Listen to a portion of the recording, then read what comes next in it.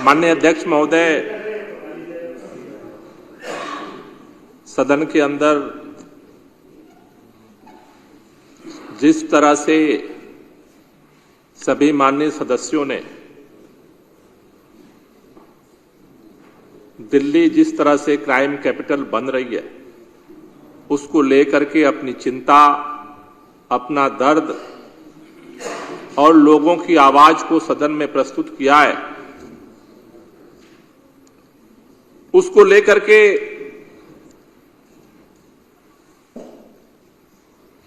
माननीय प्रतिपक्ष के सभी नेतागण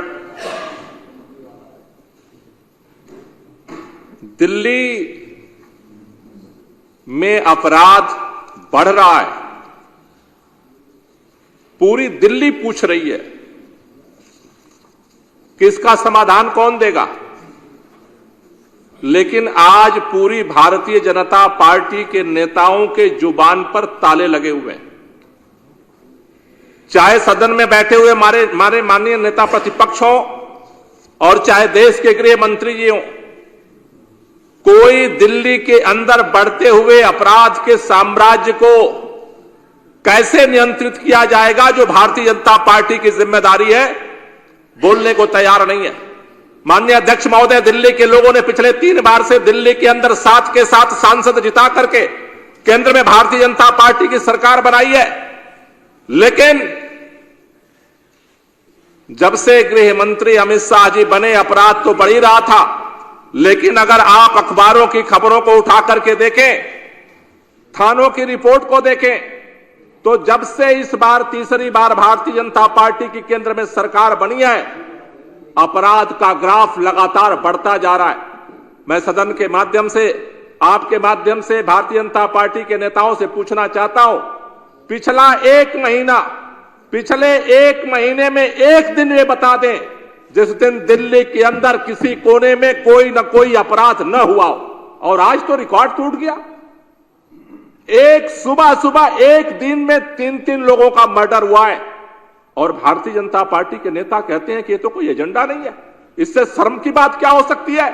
दिल्ली वाले दर्द से पीड़ित हैं। 3 एक परिवार में जहां लाशें बिछी होगी, उनके दर्द को एक बार याद करो, समझ में आएगा कि क्या मुद्दा है या नहीं है। लोग जिंदा रहेंगे तब कुछ होगा। आज दिल्ली के लोगों को सरेआम मरने के लिए लावारिस छोड़ दिया गया है। अगर गृह मंत्री चुप रहते हैं, भारतीय जनता पार्टी के सांसद चुप रहते हैं, दिल्ली चुप नहीं रहेगी।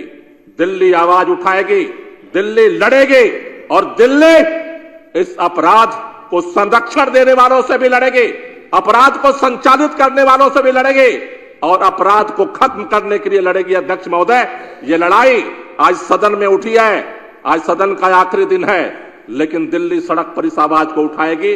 भारतीय जनता पार्टी को दिल्ली के सामने ये स्वीकार करना पड़ेगा कि हम नाकाम हो चुके हैं, हम इसका समाधान नहीं कर सकते, या फिर इसका समाधान देना पड़ेगा। देश के गृह मंत्री जी को पावर तो 100% चाहिए, लेकिन जब काम करने की बारी आती है तो नंबर उनको 0 मिलता है। ये दोहरा मापदंड अब नहीं चलने वाला। अगर अधिकार चाहिए तो जिम्मेदारी भी निभानी पड़ेगी, और अगर जिम्मेदारी नहीं निभाने का मादा है तो इस्तीफा दे दीजिए, जिम्मेदारी से मुक्त हो जाइए। बहुत बहुत शुक्रिया, बहुत बहुत धन्यवाद।